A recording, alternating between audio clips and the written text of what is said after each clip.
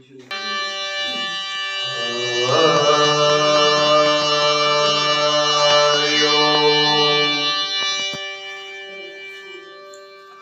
ओम गजाननं भूतगणाधिसेवितं कपितजम्बूफलं कर्पूरगौरं करुणावतारं संसारसारं भुजगेन्द्रहारं सदा वसन्तं हृदयारविन्दे भवं भवानी सहितं नमामि। नीलामशम्भुजकोमलाङ्गं सीतासमारभृतवामभागं पाणौ महाशायकचारुचापं नमामि रामं रघुवंशनाथं। शान्ताकारं भुजगशयनं पद्मनाभं सुरेशं विश्वाधारं गगनसदृशं मेघवर्णं शुभांगं लक्ष्मीकान्तं कमलनयनं योगविद्यानगम्यं वन्दे विष्णुं भवभयहरं सर्वलोकैकनाथं। बोलो वृंदावन जय लाल की जय, जोड़ी सरकार की जय, बोलो गणपति गणेश भगवान की जय।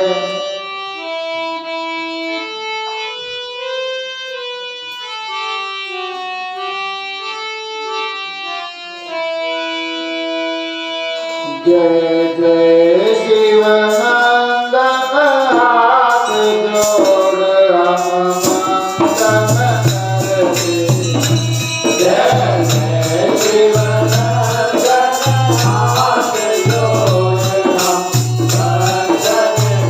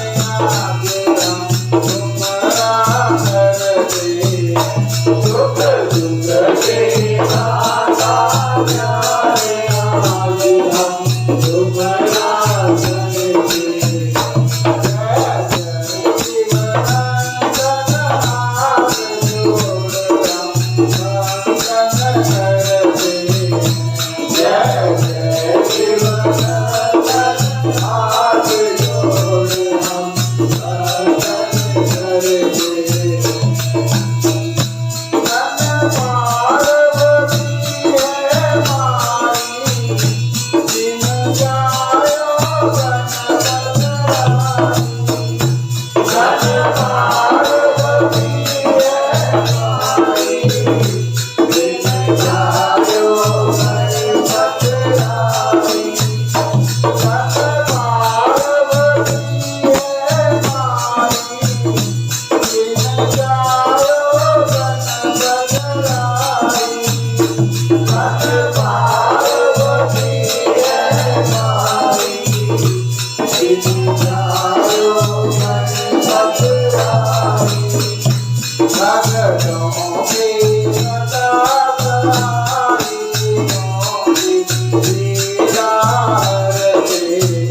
Mother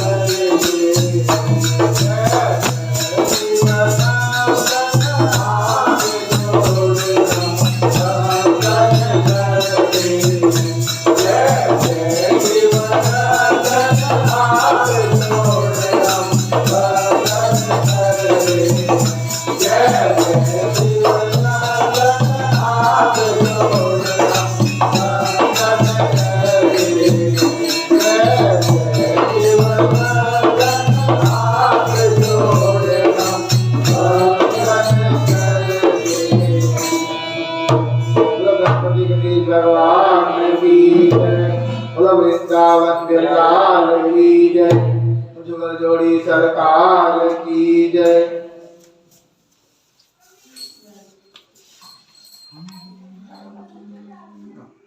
का फूल गोभी, चौथ को मूली, पंचमी को बेरफल, षष्ठी को कालिंदा, नौमी को जंगली घिया, दशमी को परमल, एकादशी को बेर, द्वादशी को मसूर की दाल, त्रयोदशी को पान, चतुर्दशी अमावस्या और पूर्णमासी को नारी का साग नहीं खाना चाहिए। इतनी कथा को सुनकर श्री नारद जी पूछने लगे कि हे ब्राह्मण, आप मुझे उत्तम देवता का पूजन बताएं। तब ब्रह्मा जी कहने लगे कि हे पुत्र, गंडकी नदी के उत्तर की ओर गिरिजा के दक्षिण में 40 कोस की पृथ्वी महाक्षेत्र कहलाती है। वहां पर ही शालिग्राम और गोमती चक्र होते हैं, जिनका चरणामृत लेने से मनुष्य मुक्ति को प्राप्त होता है।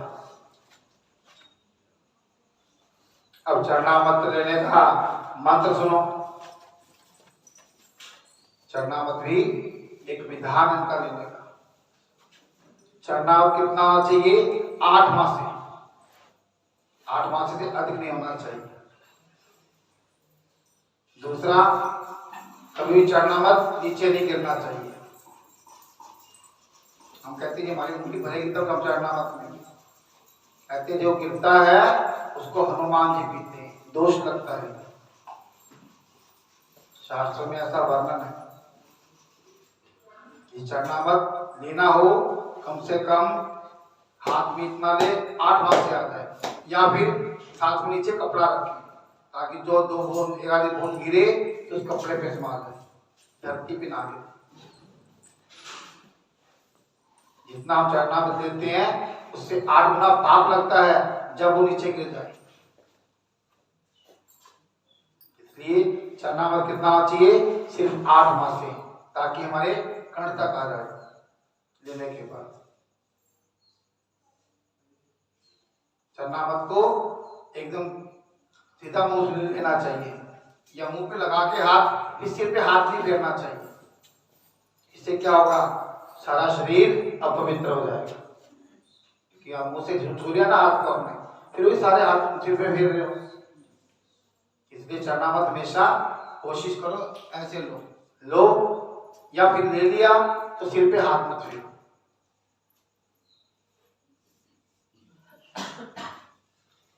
अब चढ़ना मत का मंत्र सुनो। ओम अकाल मृत्यु हरणम, जो अकाल मृत्यु का हरण कर देते हैं। सर्व व्याधि विनाशनम, जो सब प्रकार की व्याधियों का नाश करने वाले। विष्णु पादोदकम, भगवान विष्णु जी के दोनों पादोदकम, पाद मैंने पैर संस्कृत में, उदकम मैंने दोनों चरणों का पित्वा पुनर्जन्म ना बीते, जल पीने से दोबारा जन्म नहीं होता। इतना महत्व करना चरणामृत का है। हमारे यहाँ सनातन धर्म में कोई भी ऐसी पद्धति नहीं है, इसका कोई अर्थ ना। स्नान से लेके आचमन पूजन तक का हर एक चीज का मतलब है, बिना अर्थ के कोई भी नहीं। तिलक लगाने का मतलब है, जब हम तिलक लगाते हैं तो क्या होता है, यहाँ पे शास्त्र अनुसार, ज्योतिष अनुसार यहाँ बृहस्पति का वास है। दिव्य नेत्र, जो तीसरा नेत्र हमारे अंदर होता है वो भी यहीं पे होता है। तिलक लगाने से वो एक्टिवेट होना शुरू हो जाता है। इसलिए कहते हैं कि कभी भी स्त्री हो या पुरुष, उसको शून्य मस्तक नहीं रहना चाहिए।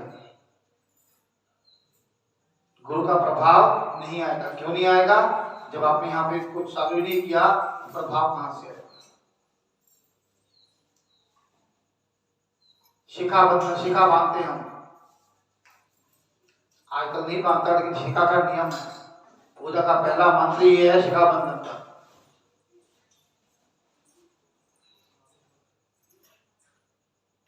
उसमें भी लिखा, चित्त रूपिणी महामाये दीप तेजो समन्विते तिष्ठ देवी शिखा मध्य तेजो वृद्धि कुरुषु में। हमारे तेज की वृद्धि के लिए महादेवी यहाँ पे आके विराजमान, क्योंकि ये हमारा ब्रह्म स्थान है।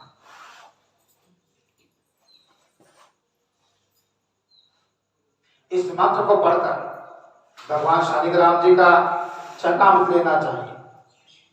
शंख में भरा हुआ वह भगवान को चढ़ाया हुआ जल अंग में लगने से मनुष्य के सब प्रकार के रोग नष्ट हो जाते हैं। सभी देवताओं का जल हम पी सकते हैं, लेकिन भगवान शिव का जल हमें पीना नहीं चाहिए, ये निर्माल्य माना गया है।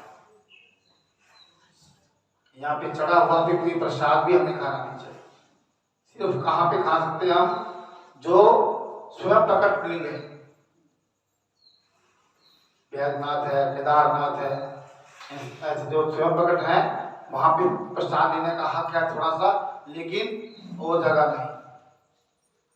इनका नियम ये है, जितना अपने प्रसाद हाथ में लिया उतना वहीं पे छोड़ दो, बाकी जो है आपके हाथ में दूसरे में वो आप खा सकते हो। कई माताएं आती है, जल चढ़ाती है, उठाती है, पता होने के बावजूद भी। कई दिन माता है, पंडित जी इतना चढ़ता है, आप बांटते क्यों नहीं? भाई मैं तो जानता हूं ये पाप है, लेना ले जाओ, मैं तब उठा के ले जाओ सारा, मुझे कोई दिक्कत नहीं है। लेकिन इनके लिए है जो गरीब है या जो ब्रह्मचारी है, कोई सन्यासी है, उनको देने का हक है। उनका झड़ा हम नहीं पचा पाते तो आप कैसे पचाओगे?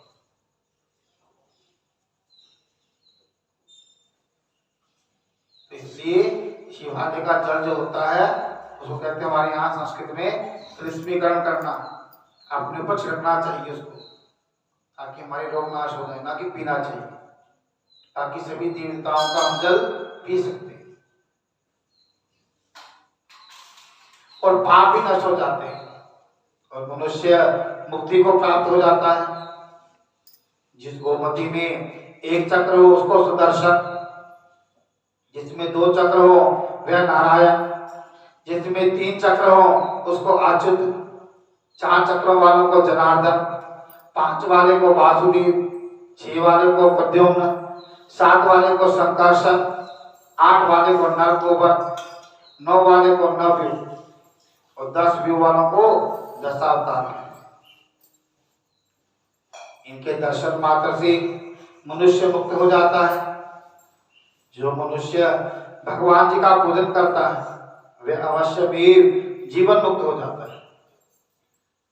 जो भगवान जी को वीणा, वंशी और गान सुनाता है वह भगवान को ही प्राप्त हो जाता है। इतना महत्व कार्तिक के महीने में स्नान करने का। वैसे तो सारे साल है, लेकिन 4 महीनों में विशेष होता है, कार्तिक, माघ, बैसाख और श्रावण।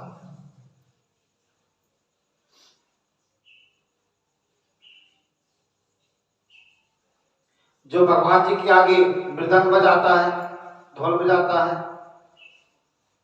वह भगवान को अत्यंत प्रिय होता है। जो भगवान के आगे धूप जलाता है वह कभी नरक में नहीं जाता। क्या जलाता है? धूप, ना कि अगरबत्ती। हमारे सनातन धर्म में अगरबत्ती निषेध है। क्यों? क्योंकि इसमें लगा होता है बांस। बांस किसका प्रतीक है? वंश का। अपने वंश को ही चला दिया तो हमारा वंश कहां से बढ़ेगा? इसलिए अगरबत्ती निषेध है। आप कोई भी पुराण पढ़ लो उठा के, उसमें लिखा होगा धूप दीप जलाए, कहीं नहीं लिखा हुआ अगरबत्ती जलाए।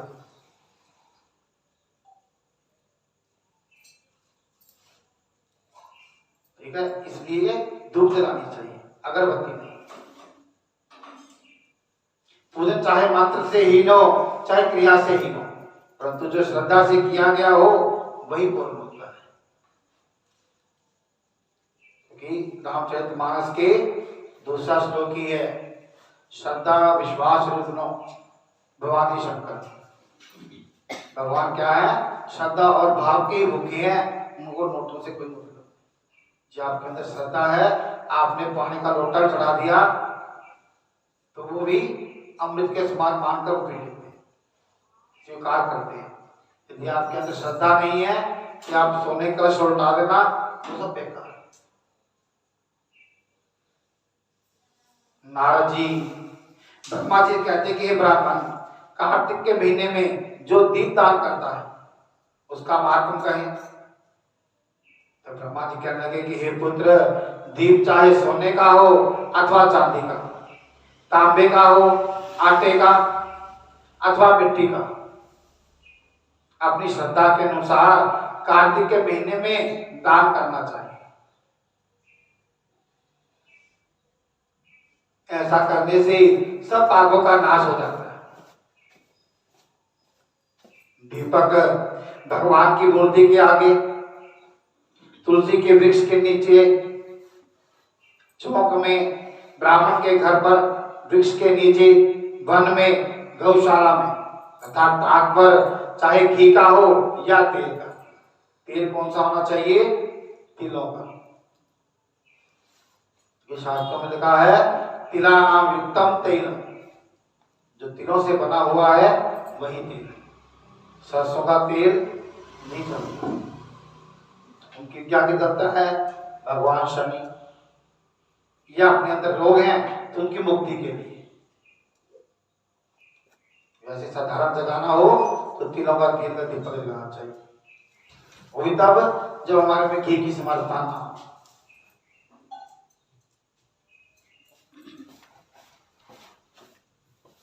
जो ब्राह्मण के घर पर दीपक जलाता है उसको अग्निष्टोम यज्ञ का फल प्राप्त होता है, और जो आकाश में ऊंचा दीपक जलाता है उसके यहाँ धन की वृद्धि होती है तथा वैकुंठ में वास मिलता है। भगवान जी से प्रार्थना करें कि ये भगवान मैं आपके निमित्त दीपक जलाता हूं। कार्तिक में मथुरा, माघ में प्रयाग और वैशाख में हरिद्वार का वास अति उत्तम होता है। जब सूर्य तुला, मकर, मेष राशि का, इन 3 महीनों में तुला का कब होता है? कार्तिक में। मकर का कब होता है? माघ में। और मेष में वैशाख में। अभी 17 तारीख को संक्रांति आएगी तब ये तुला राशि में जाएंगे, अभी कन्या राशि में। उसमें किए गए व्रत, नियम और पूजा बहुत अधिक फल देने वाले होते हैं। इन मासों में अच्छे कर्म करने से पापों का नाश होता है। जैसे सूर्य के उदय होने से अंधकार, वज्र से पर्वत, गरुड़ के भय से सांप, पवन से मेघ, ज्ञान से दुख, सिंह के भय से मृग, वैसे ही मथुरा के दर्शन से सब पाप भाग जाते हैं। कार्तिक के महीने में स्नान, जागरण, दीपदान, तुलसी की सेवा, भगवान के मंदिर में झाड़ू लगाना, सफाई करना आदि, भगवान की कथा सुनना, कीर्तन करना, ये सभी कर्म अच्छे फल देने वाले होते हैं। अतः पूर्व जन्मों के पापों का नाश करने के लिए कृच्छ आदि व्रत करने उत्तम होते हैं।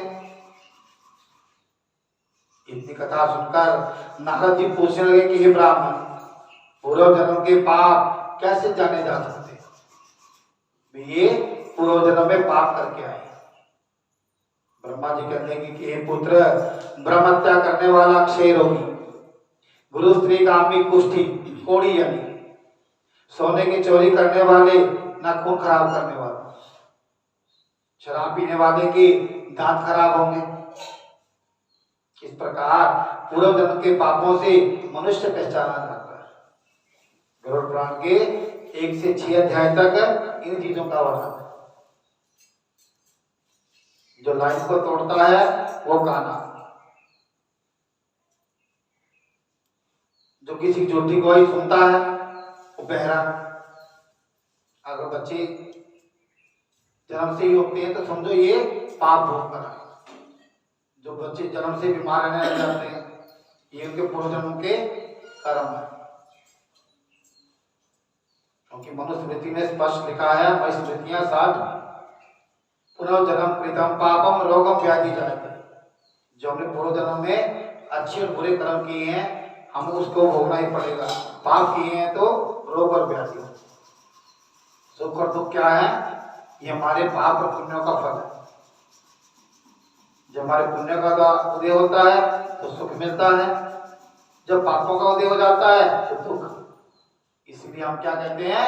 हमेशा अच्छे कर्म करो ताकि पाप बढ़े ही ना हो, उसका पलड़ा भारी ही ना हो। ना उसका पलड़ा भारी होगा ना हमें दुख सहना पड़ेगा।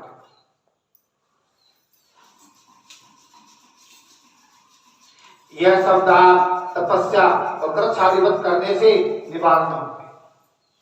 अब कृच्छादि व्रत कहते हैं एक समय भोजन करने से 5 कच्छ, 3 काल सायकाल और 3 दिन प्रातःकाल भोजन करने से अतिक्रच्छ तथा सायकाल में 22 ग्रास और प्रातःकाल में 26 ग्रास या 24 ग्रास खाने से भी अतिक्रच्छ व्रत कहा गया है।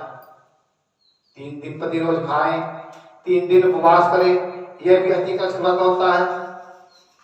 सायकाल में 1 ग्रास, प्रातःकाल में 1 ग्रास और 2 दिन बिना कुछ मांगा हुआ तथा 2 दिन तक उपवास, यह सार्थ अर्धव्रत कहलाता है। 21 दिन तक केवल दूध पिए या पानी पीता रहे, यह कृच्छादि व्रत कहलाता है। 12 दिन तक उपवास करना पुराण व्रत कहलाता है।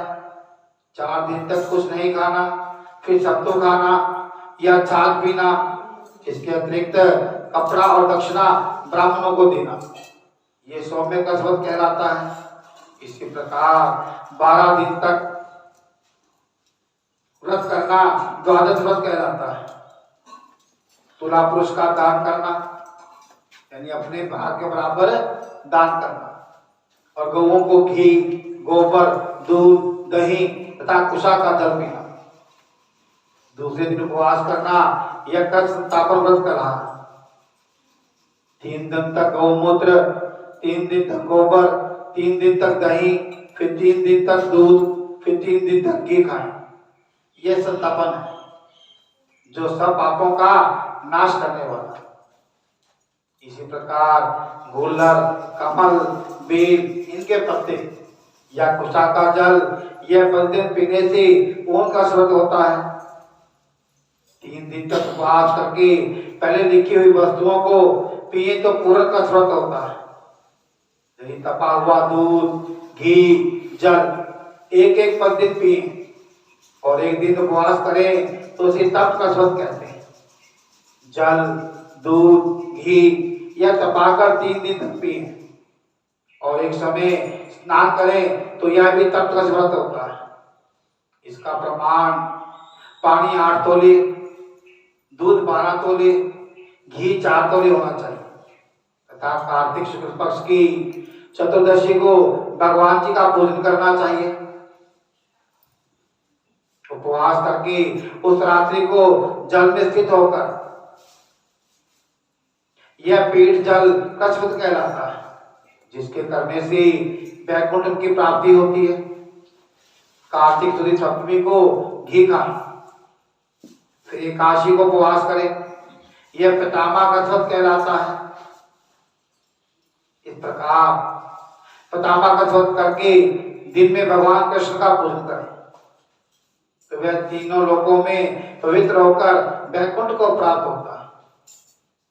कार्तिक शुद्ध षष्ठी से 3 दिन तक केवल दूध पिए, फिर नवमी से 3 दिन तक उपवास करें, यह महेंद्र का व्रत होता है। इससे वैकुंठ में वास मिलता है। 3 दिन तक अन्न खाएं, फिर 3 दिन तक उपवास करें, यह भी पत्र पंचक व्रत कहलाता है। इसको वैष्णव कच्छ व्रत भी कहते हैं।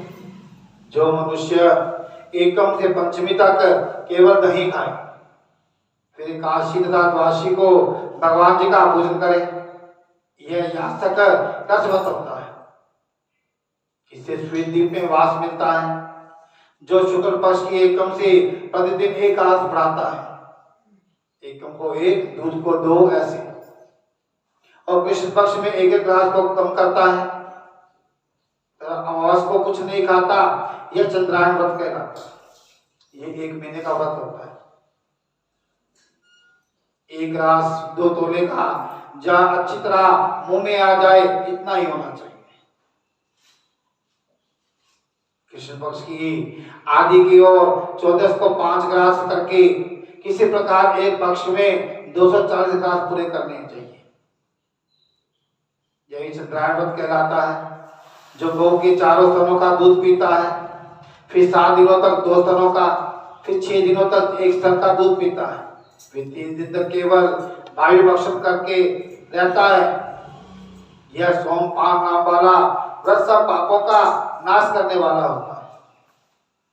गेहूं और चावल की कांजी, दही, दूध, घी, पानी और पंचगव्य, यह सब चीजें नियम पूर्वक कार्तिक के महीने में खाने से सप्ताशक व्रत होता है। इसको करने वाला मनुष्य विष्णु लोक को प्राप्त हो जाता है। बेल, पलाश, गुल्लर का काढ़ा, गर्म दूध पीकर एकादशी को व्रत करने वाला द्वादशी को पालन करे तो वैकुंठ का वासी होता है। जो आदमी कार्तिक शुद्ध सप्तमी को, अष्टमी को, नवमी को और दशमी को जल कमल खाए, फिर एकादशी को उपवास करे, तो इस लक्ष्मी व्रत को करने से मनुष्य लक्ष्मी का पात्र हो जाता है। इसको करने वाला भगवान के वैकुंठ लाभ को प्राप्त होता है। प्रातः काल में 4, सायकाल में इसको खाने से शिशु चंद्रायण व्रत कहलाता है। कार्तिक शुक्ल 14 को विधि पूर्वक ब्रह्मक्रूज तथा गौरी का पूजन करना चाहिए। इसकी विधि कहते हैं गौमात्र, गोबर, गौ घी, कुशा का जल लेकर यह सब मिलाकर पंचगव्य यह ब्रह्मक्रूज होता है। तथा लाल रंग की गौ का मूत्र, श्वेत रंग की गौ का दूध, नीली गौ का दही, काली गौ का घी। यदि यह सब ना मिल सके तो दूसरी तरह का ही पंचगव्य हो सकता है। इसका प्रमाण है गौमूत्र 8 माह से, गोबर 19 माह से, दूध 12 माह से, दही 10 माह से, घी 8 माह से, कुशा का जल 4 माह से। गौमूत्र गायत्री मंत्र पढ़कर लेना चाहिए।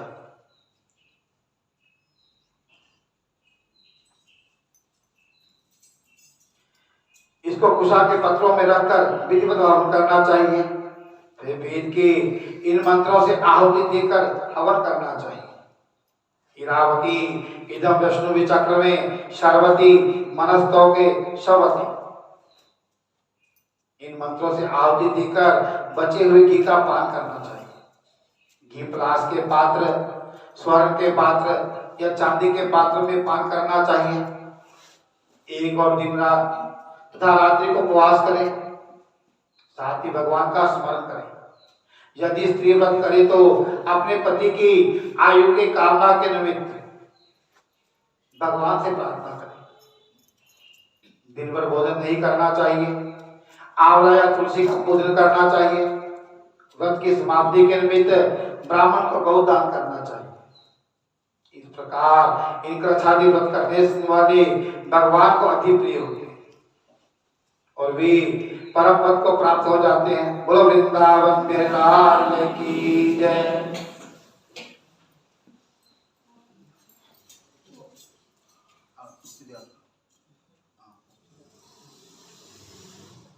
सही संगत से प्रार्थना है। अभी 25 तारीख को दिन मंगलवार को सूर्य ग्रहण, उस दिन सिर्फ कथा होगी, बाकी मंदिर का पाठ सभी के बंद रहेंगे। 25 तारीख को 2:30 बजे ही, 24 तारीख रात को 2:30 बजे ही सूतक पड़ जाएगा। 25 तारीख को दोपहर 2:29 से लेकर शाम के 6:32 तक सूर्य ग्रहण रहेगा। अभी से बता रहा हूँ, इसीलिए भी मतलब बाद में कहते पंडित जी बताया नहीं, अभी से अनाउंसमेंट कर रहा हूँ मैं इस बात की भी सूर्य ग्रहण आएगा आपकी दिवाली पे। और मंदिर ऐसे बंद रहेगा, सिर्फ कथा होगी और कुछ नहीं। बोलो वृंदावन बिहारी लाल की जय। वो तुलसी माता की जय। तुलसा महारानी नमो नमः। तुलसा महारानी नमो नमः। तुलसा महारानी नमो नमः। तुलसा महारानी नमो नमः। हरि पतरानी नमो नमः। हरि पतरानी नमो नमः। हरि पतरानी नमो नमः। हरि पतरानी नमो नमः। तुलसा महारानी नमो नमः। तुलसा महारानी नमो नमः। यादव परक अविनाशी नमो नमो। यादव परक अविनाशी नमो नमो। यादव परक अविनाशी नमो नमो। यादव परक अविनाशी नमो नमो। घटघटवासी नमो नमो। घटघटवासी नमो नमो।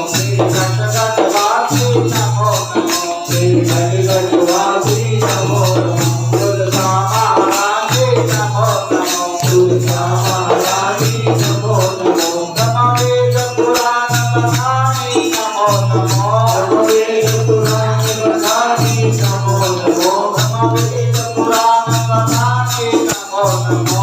ब्रह्मवेद पुराण बखानी नमो नमो। ठाकुर मनवारी नमो नमो। ठाकुर मनवारी नमो नमो। ठाकुर मनवारी नमो नमो। ठाकुर मनवारी नमो नमो। तुलसा महारानी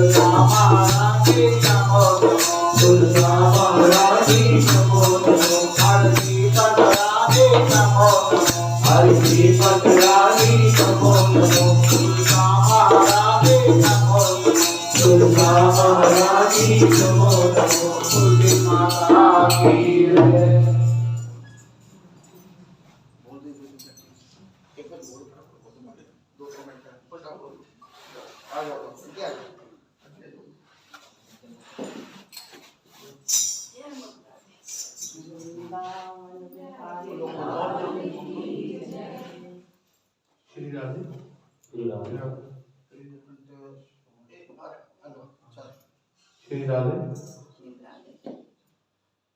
वृंदावन बिहारी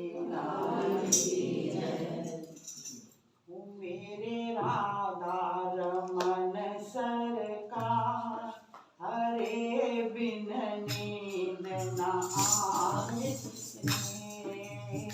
ओ मेरे राधा रमन सरकार हरे बिन नींद न